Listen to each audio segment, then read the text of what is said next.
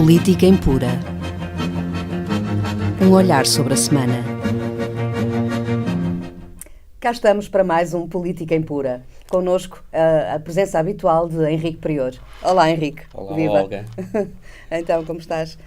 Bem, depois desta semana de repouso, que não foi assim tanto de repouso, porque havia muita gente no Festival Internacional de Corteadares, de Poesia de Corteadares, havia muita gente de 35 países, e para todos terem a sua vez, e sobretudo atendendo a que os romenos falam muito, acabou por ser um pouco cansativo, mas foi muito bom, foi poesia de grande qualidade, a nível mundial, contactos enormes que são sempre importantes. Sim, e como não estiveste cá na semana passada, desta vez o nosso magazine de notícias vai ser mais alargado.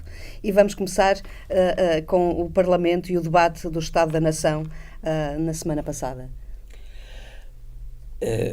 Foi interessante a postura de António Costa, demonstrando que o país, ou tentando demonstrar que o país vive momentos de grande estabilidade, não só de grande estabilidade, como de grande progresso em todos os sentidos. Nomeadamente, e o primeiro dado que ele avançou foi a grande diminuição da taxa de desemprego. Portugal já está abaixo da média europeia na taxa de desemprego, tem vindo a diminuir substancialmente a taxa de desemprego. Vemos aí anúncios, começam a haver anúncios. Isto não tem muito a ver também com o turismo e não será, esta taxa de desemprego não será flutuante? Não, tem muito a ver com o turismo, mas tem muito a ver também com o crescimento da economia, que está a crescer. É sabido que, crescendo a economia, é seguro que a partir de 2% há uma grande criação de emprego. E a economia portuguesa está a crescer acima de 2%, sem dúvida nenhuma. Particularmente, as exportações tiveram, no primeiro semestre, um desempenho excelente, com um aumento de mais de 15%, o que é notável. Portanto, cresceram mais do que as importações. E isso é bom para o país. Claro que a oposição tentou levantar-lhe problemas, nomeadamente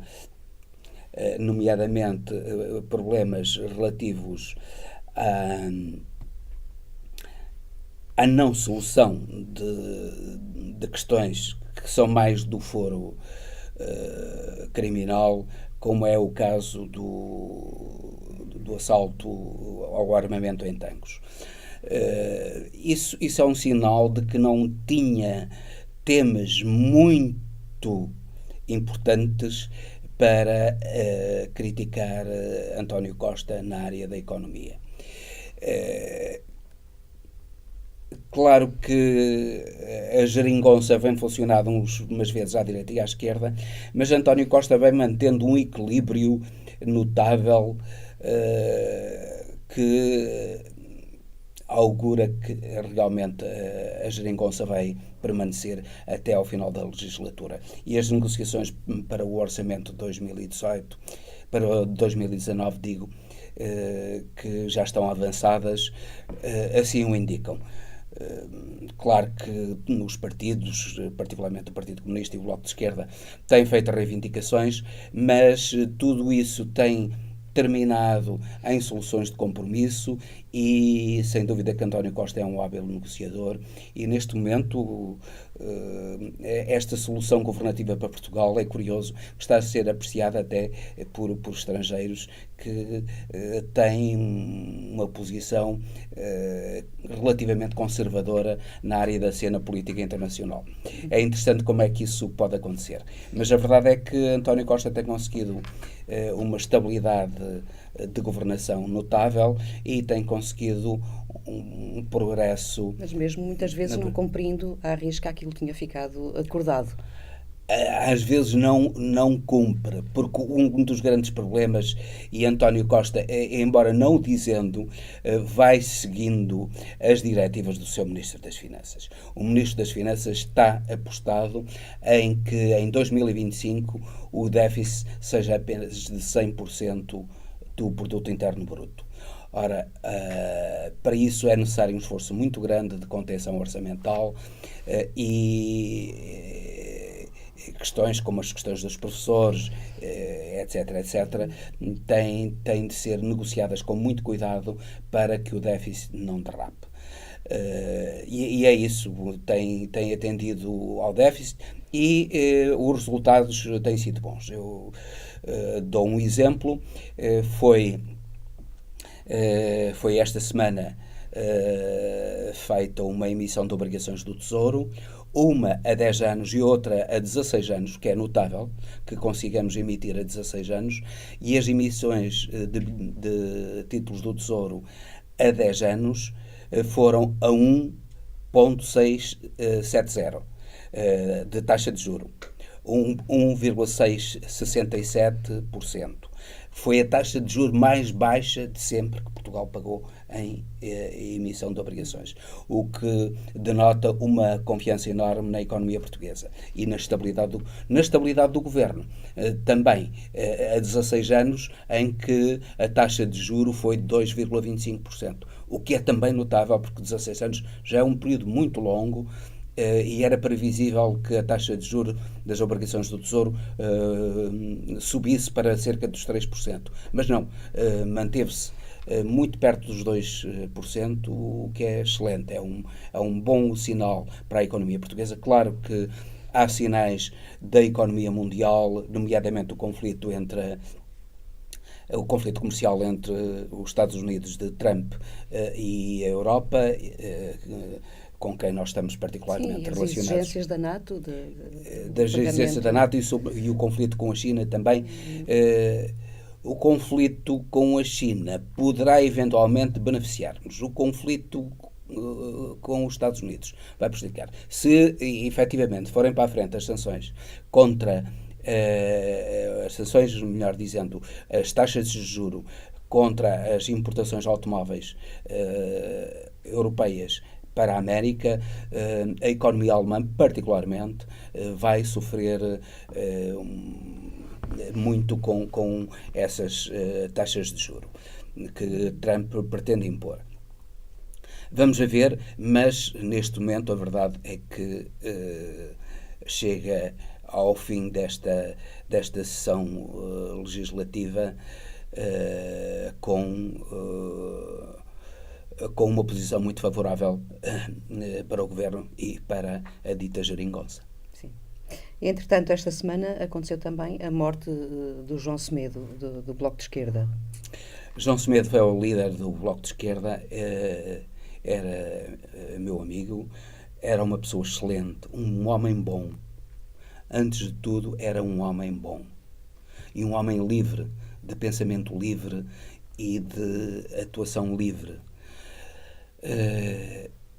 Infelizmente o país perdeu alguém que dedicou grande parte da sua vida às causas da liberdade, da igualdade e da fraternidade, um homem que o país precisava muito e que tinha ainda muito a dar ao país, porque ele era novo, morreu salvo erro com 67 anos, era ainda muito novo, e muito poderia dar ao país. Infelizmente, uma doença fatal acabou por o levar. É pena, porque homens como João Semedo são muito necessários ao país. Bom, e avançamos para o Brasil e a atrapalhada jurídica sobre a libertação do Lula e o silêncio da justiça brasileira sobre a morte da Mirei Franco. Ora bem, Marielle Franco. A justiça brasileira já nos habituou ao absurdo. Parece que no Brasil não há dúvida nenhuma que aquilo que dizia o meu saudoso amigo Manuel António Pina, no Brasil, na justiça brasileira, ao contrário do que nós vemos aí por todo o lado, em que os porcos andam em cima das bicicletas, no Brasil consegue-se a proeza das bicicletas andarem em cima dos porcos. É uma coisa absolutamente terrífica aquilo que se passa na justiça brasileira, com decisões de primeira instância a contrariarem decisões de tribunais superiores, com o juiz mora a ultrapassar os seus poderes, a ultrapassar os poderes de juízes de tribunais superiores, ninguém respeitar ninguém. É algo de deprimente e a justiça brasileira precisa de uma transformação muito grande. Sinal da sua incapacidade, sobretudo quando se trata de investigar crimes que são imputados à direita política, aí eles não são imputados. Repare-se que, por exemplo, José Dirceu foi acusado e foi condenado a penas muito longas de prisão pelo chamado mensalão, isto é, por subornar deputados brasileiros para votarem favoravelmente leis propostas pelo Partido Trabalhista Brasileiro. Foi condenado José Dirceu, mas os corruptos que exigiram dinheiro para votar em leis, o que é um sinal de degradação muito maior do que a corrupção ativa que praticou José Dirceu, esses continuam todos totalmente impunes. É isto a justiça brasileira. E sobre a libertação do Lula? Sobre a libertação do Lula. O Lula acabou por não ser libertado, depois de ter havido uma ordem de libertação, depois foi cancelada pelo juiz Moro uma ordem de libertação de um tribunal superior, depois o juiz Moro de um tribunal inferior cancelou a ordem de libertação. É isto a justiça brasileira. É algo de absolutamente inacreditável e em que nós vemos que acaba por ser uma força do bloqueio, retomando uma velha expressão, uma força do bloqueio para a dignificação daquele grande país irmão. O outro exemplo é o caso de Marielle Franco. Marielle Franco, uma deputada do governo do Rio de Janeiro, que foi assassinada, era uma deputada da esquerda, foi ativista. Grande ativista pelos direitos das minorias, nomeadamente pelos direitos dos habitantes das favelas e pelos direitos das minorias sexuais, e foi assassinada. Existem gravações, existe imensa prova sobre os culpados do ato. Mas até agora nada. A justiça brasileira sobre isso até agora disse nada. É inacreditável que isso continue a suceder e que a justiça brasileira, no fundo, continue quase a encobrir porque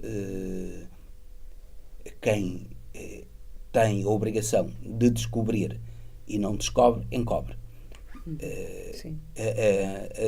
Encobrir esse crime hediondo do assassinato de Marielle Franco. Sim. E do Brasil passamos para a África, nomeadamente o banco, através do Banco Africano de Desenvolvimento, que vai financiar projetos dos países do mundo lusófono. Como é que isto surgiu?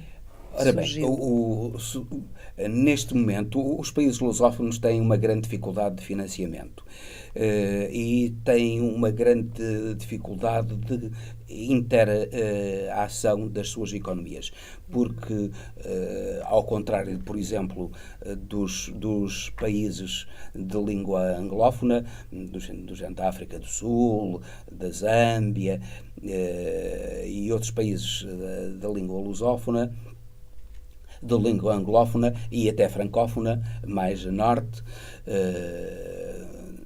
desde o Congo francês, os Camarões, por aí fora, as ex-colónias francesas estão todas juntas, têm fronteiras umas com as outras seguidas. E isso facilita muito as trocas comerciais. Relativamente aos países lusófonos, eles estão espalhados. Repare-se que Angola está numa costa, Moçambique está na contracosta, Guiné, São Tomé, e depois o Brasil está noutro continente. Há aí uma dificuldade de relacionamento muito grande entre os países lusófonos africanos, precisamente porque as suas fronteiras não têm continuidade com outros países também da mesma língua. E existe um afastamento geográfico até relativamente grande entre esses países.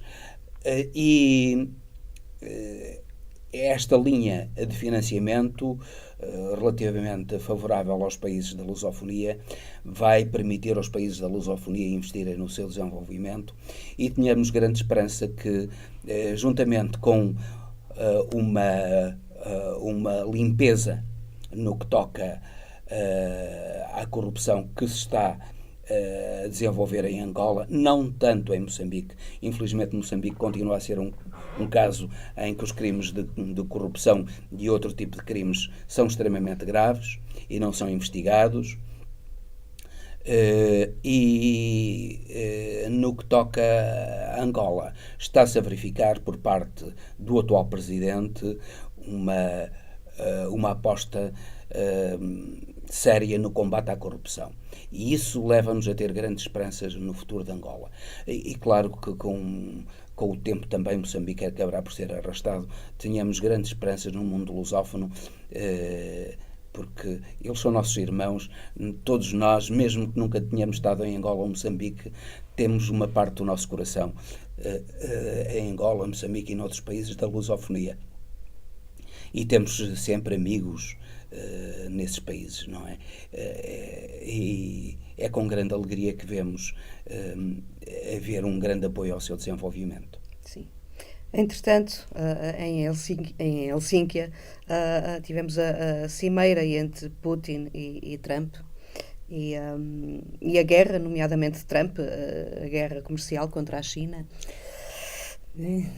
Isto é outra trampalhada. É outra trampalhada. Aliás, o Congresso está a investigar uma conversa a sós entre Trump e Putin, mediada apenas pela intérprete, e já chamou a intérprete a depor, porque receia que Trump tenha tido conversas que representem um perigo para a segurança do Estado americano. Note-se que Trump, depois da cimeira, disse que vinha muito feliz porque tinha feito um acordo com Putin para que os indivíduos suspeitos da interferência nas eleições americanas, os russos suspeitos de interferência nas eleições americanas e na vitória de Trump, fossem ouvidos pela justiça, pelo Senado americanos, em troca de a Rússia, de Putin, ouvir um antigo embaixador. Isso é extremamente grave. Ouvir o antigo embaixador sobre segredos da diplomacia americana, isso é muito grave. Os outros embaixadores hão de temer pelo seu futuro com um indivíduo como Trump, que é incapaz de defender segredos de Estado americanos e aceita revelar segredos de Estado americanos a Putin. Isso é extremamente grave e não sei o que é que irá acontecer. A Trump veio agora a notícia de que ele terá metido dinheiro da sua campanha eleitoral para calar uma antiga namorada dele, para ela não fazer divulgações sobre a vida íntima deles, e o desvio de dinheiros das campanhas eleitorais podem receber dinheiro como quiserem, mas o desvio de 1 cêntimo das campanhas eleitorais para fins que não fossem os eleitorais é crime nos Estados Unidos. De modo que Trump, por uma coisa dessas, está aí à pega com a justiça americana. E poderia, eventualmente, até perder o mandato por uma coisa dessas. O que é um pouco caricato. Depois, ele não perde o mandato por tantas coisas, mas perder o mandato por isto. Ora bem, esta posição de subserviência de Trump, que leva a que as suspeitas sobre o seu conluio com Putin e o suporte de Putin para a eleição de Trump sejam cada vez mais fundadas. Nós temos cada vez maiores fundamentos para acreditar que Putin foi realmente a catapulta que levou Trump ao poder. E isso, repare-se que Trump se mete agora num conflito com a China e com a própria Europa. A China vai taxar, Trump ameaça taxar todas as importações chinesas, o que seria uma coisa absolutamente catastrófica para a economia, de certo modo, para a economia chinesa, mas ele esquece que a China, neste momento, detém 15% da dívida americana. E a China pode jogar. É certo que as exportações americanas para a China são muito menores, mas a China pode jogar com a dívida americana, tanto mais que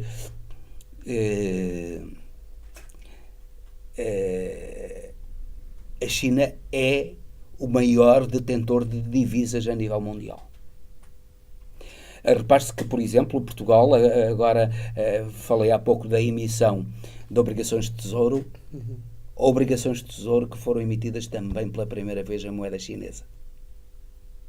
Ora, tudo isto faz da China uma potência económica com a qual dificilmente Trump ganhará uma guerra económica. Trump, em vez de investir na modernização da economia americana, está a investir numa guerra comercial. Repare-se, eu dou um exemplo. Neste momento, a China, juntamente com o americano Elon Musk, o presidente da Truck dos automóveis elétricos, o presidente da Tesla, aliás, desculpa, o lapsus linguae, o presidente da Tesla dos automóveis elétricos, está a desenvolver na China o projeto de um comboio que anda a 1000 km/h. O sistema ferroviário americano está completamente decrépito e não há investimento no sistema ferroviário americano. Aliás, infelizmente, como não há em Portugal. O sistema ferroviário português tem-se vindo a degradar, tem perdido investimento e era essencial para o desenvolvimento da economia. Infelizmente, tem-se degradado em Portugal. As condições da rodovia aumentaram extraordinariamente, melhoraram extraordinariamente, da ferrovia, não. E era importante, a ferrovia é essencial para o desenvolvimento das nações. E a China está a investir na ferrovia, nesse comboio que atinge 1000 quilómetros por hora. Deve dizer-se que a Europa também está a fazê-lo. A Europa também está a fazê-lo. A União Europeia está a desenvolver esse projeto em França. Os Estados Unidos não. Repare-se que em vez de investir na modernização da economia, está a investir na defesa de indústrias como o carvão e o aço e o alumínio, que são indústrias que a realidade económica está a condenar em definitivo, e ele não está a perceber isso. Não está a perceber. Ele está a combater as energias renováveis e a defender as energias que já estão claramente ultrapassadas, como o carvão e o petróleo, que são o passado e não o futuro. Não, e vamos ver como é que isto se vai desenrolar. Só pode essa guerra. É claro que a curto prazo as guerras comerciais e o protecionismo comercial, já dizia Keynes, que são importantes, são interessantes a curto prazo. A longo prazo prejudicam o próprio país que as leva a cabo. E é natural que a curto prazo Trump tenha alguma vantagem, mas a longo prazo não. Porque, antes de mais, porque vai permitir que continuem a ter importância na economia americana indústrias que já não têm atividades, que já não têm competitividade a nível mundial e que estão a ser ultrapassadas. Exemplo, como disse, do carvão e do petróleo, que cada vez mais estão a ser substituídas por energias renováveis, e Trump está a apostar precisamente no carvão e no petróleo, negligenciando as energias renováveis. Sim, e vamos avançar relativamente ao governo de Israel, que lançou leis raciais isto extremamente... anda tudo ligado. Israel, com o suporte de Trump, foi agora mais longe do que alguma vez tinha ido. Trump está disponível para dar todo o apoio que Netanyahu quiser, e Netanyahu acabou por fazer aprovar leis constitucionais no Parlamento israelita, leis de apartheid. De autêntico apartheid, retirando aos cidadãos de origem árabe os direitos de cidadania e atribuindo direitos de cidadania apenas aos judeus. E atribuindo-os, aliás, até com uma mentira histórica. Dizia um dos deputados do partido de Netanyahu, do Likud, dizia no Parlamento que antes dos árabes estarem aqui, nós já cá estávamos e nós ficaremos depois dos árabes irem embora. Primeiro, é mentira, claro, aquilo que ele disse. Israel, mesmo historicamente, mesmo aceitando alguma historicidade na Bíblia, Israel foi uma conquista dos judeus. Aos cananeus, aos filisteus, Jerusalém foi uma conquista a um povo chamado Jebuseu. A própria estrela, que é o símbolo de Israel, a estrela de 5 pontas, que é o símbolo de Israel, é um símbolo não israelita, mas era o símbolo do Deus Jebuseu de Jerusalém, o símbolo da estrela da manhã. Tudo isso foi emprestado. A Bíblia é belíssima, é um livro cimeiro da literatura mundial, mas grande parte daquilo que lá está, da sua beleza de toda o seu misticismo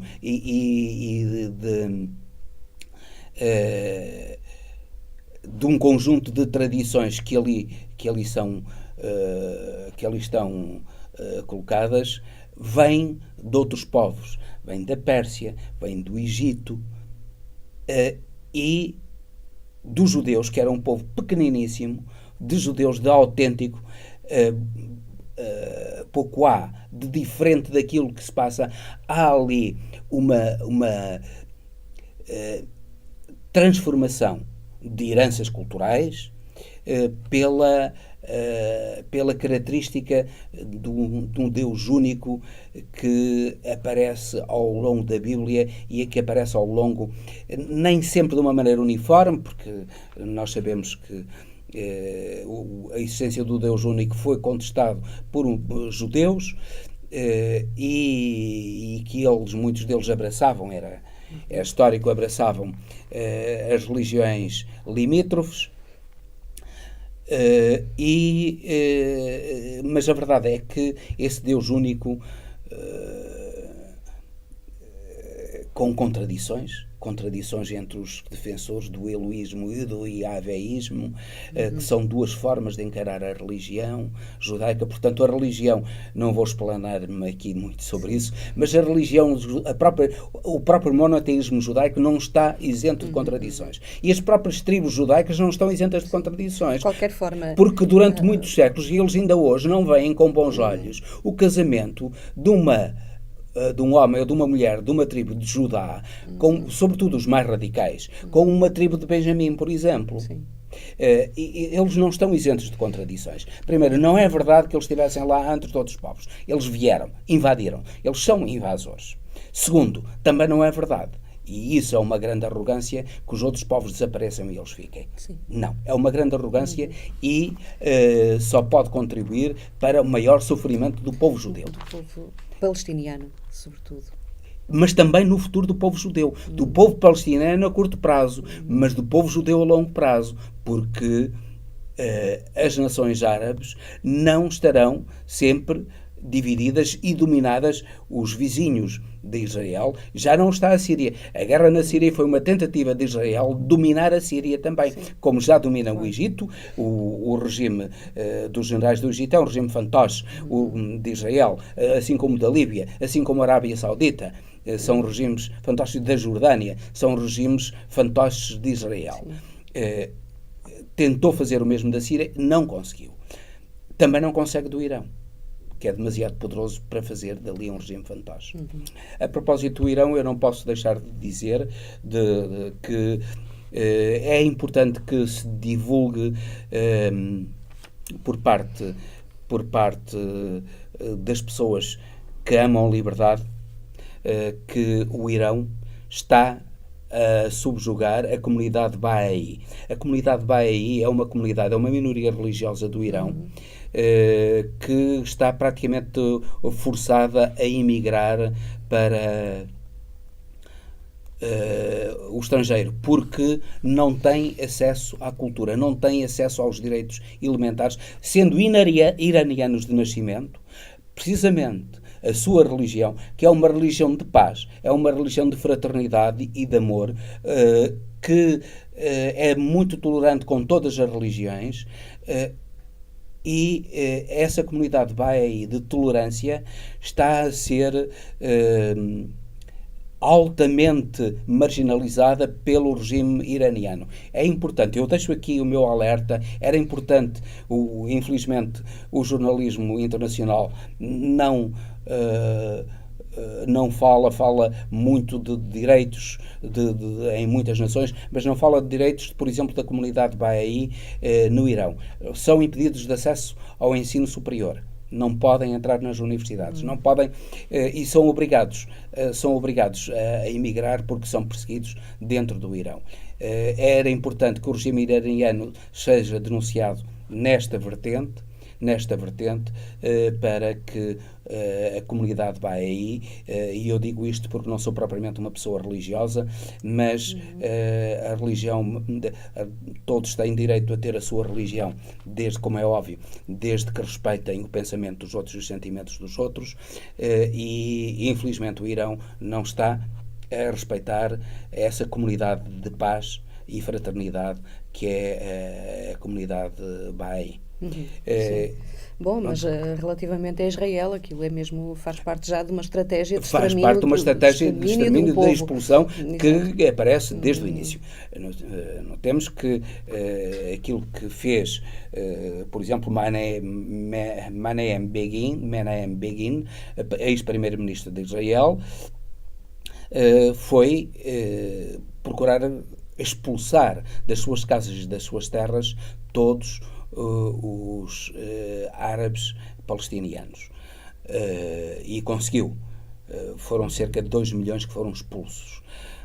E, inclusivamente, cometeu chacinas com aldeias árabes.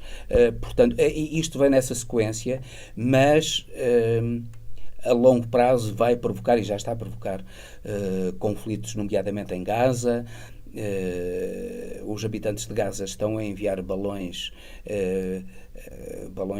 a arder que vão cair sobre Israel e que vão provocar incêndios, e já está a provocar conflitos com Gaza em particular, que tem um grande apoio do Hezbollah, e isso não augura grande futuro para a paz, porque a paz não se constrói através de imposições. Trump tem apoiado estas imposições, como já apoiou a mudança de capital da embaixada reconhecendo a capital, Jerusalém como capital, está a reconhecer este tipo que é um autêntico apartheid. Israel, que afinal de contas foi vítima da segregação na Alemanha, os judeus foram vítimas, na Alemanha e em toda a Europa, os judeus foram vítimas de uma repugnante, de uma criminosa discriminação, e eles próprios estão a fazer a discriminação de que eles foram vítimas na Europa e no mundo de um modo geral, mas sobretudo na Europa e em particular na Alemanha. Essa discriminação estão eles a impô-la sobre outros povos. Isso retira-lhes legitimidade moral. Claro. Afinal de contas, eles estão a responder à boa maneira bíblica, de olho por olho, dente por dente, bíblica do Antigo Testamento, da sua Bíblia, do Antigo Testamento, olho por olho, em que a justiça se faz olho por olho, dente por dente. Estão a responder a isso. Isso retira-lhes legitimidade moral. Não estão a perceber isso, mas vão de perceber. Sim. Bom, e vamos para a última questão. A senhora Merkel reconhece que não é possível confiar na América para a defesa da Europa. Claro que não. Repare-se que não é só o conflito económico. Há um conflito também no que toca às despesas militares, exigindo Trump um aumento substancial das despesas militares, a duplicação das despesas militares europeias para a defesa da própria Europa. Simultaneamente, Trump, que sai da NATO. Simultaneamente, Trump faz um acordo com Putin, que é neste momento o maior perigo para a estabilidade da própria Europa. Ora, isso é extremamente grave. Ele escolhe uma aliança com a Rússia escolhe a aliança com uma criptoditadura, uma ditadura encapotada,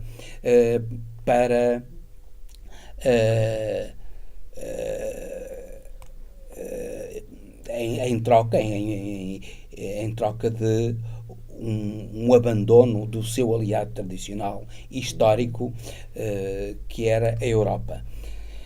E realmente a senhora Merkel tem toda a razão. A Europa deve contar sobretudo com ela própria, porque Trump, e se Trump continuar, for reeleito, vamos ver em novembro, salvo a 6 de novembro, vai haver eleições para o Senado americano. 33 dos 100 senadores americanos vão ser substituídos, e também cerca de um terço dos congressistas vão ser substituídos. A legislação eleitoral americana obriga a eleições parcelares de 2 em 2 anos, e isso vai acontecer a 6 de novembro. Ora, a 6 de novembro vai ser uma data importante para se aquilatar se Trump vai ter um segundo mandato ou não. Vamos a ver. Mas há muitas indicações de que Trump pode vir a ser reeleito, o que será muito grave para as relações entre os Estados Unidos e a Europa. E muito grave também para o equilíbrio de forças a nível mundial e nomeadamente, sobretudo, para a economia mundial. Sim. Trump esquece que a China tem um crescimento de 6,7% e o crescimento dos Estados Unidos não chega aos 3%. E sei agora, para terminarmos o programa, que tens aí um livro que queres apresentar. Com toda a certeza. Com todo o gosto. É a primeira vez que fazemos aqui a apresentação de um livro, e desta vez vai ser um livro de ciência que eu próprio vou ter a honra, de divulgação científica, melhor dizendo, que eu próprio vou ter a honra de apresentar no próximo sábado no Ateneu Comercial do Porto às 18 horas. Ora bem, O livro é de Marinho Lopes, que é um português, um jovem investigador português na Universidade de Exeter, no Reino Unido, na Grã-Bretanha. Para além de cientista, é um excelente divulgador da ciência e cada vez mais a ciência deve fazer parte da nossa cultura. Podemos não ser cientistas, mas a ciência, sem dúvida nenhuma, que tem levado a cabo os maiores progressos da humanidade. E é na ciência que está, muito mais até do que na política, que está a esperança de um futuro melhor para a humanidade. Marinho Lopes publicou recentemente este livro, que tem o prefácio de um outro grande cientista português, o professor Carlos Fiolhais, da Universidade de Coimbra, e um outro grande divulgador da ciência. Este livro intitula-se Para Além dos Ombros dos Gigantes, e retoma uma frase de Newton que diz que aquilo que ele fez foi sobre os ombros dos gigantes, isto é, de toda a ciência que o precedeu. Claro que a ciência, todos os gigantes da ciência têm sempre os ombros fortíssimos daqueles que os precederam para poderem subir. São questões interessantes, como medições astronómicas, porque é que a Lua não cai, o efeito de maré da Lua, medições astronómicas, movimentos celestes, leis da conservação da energia,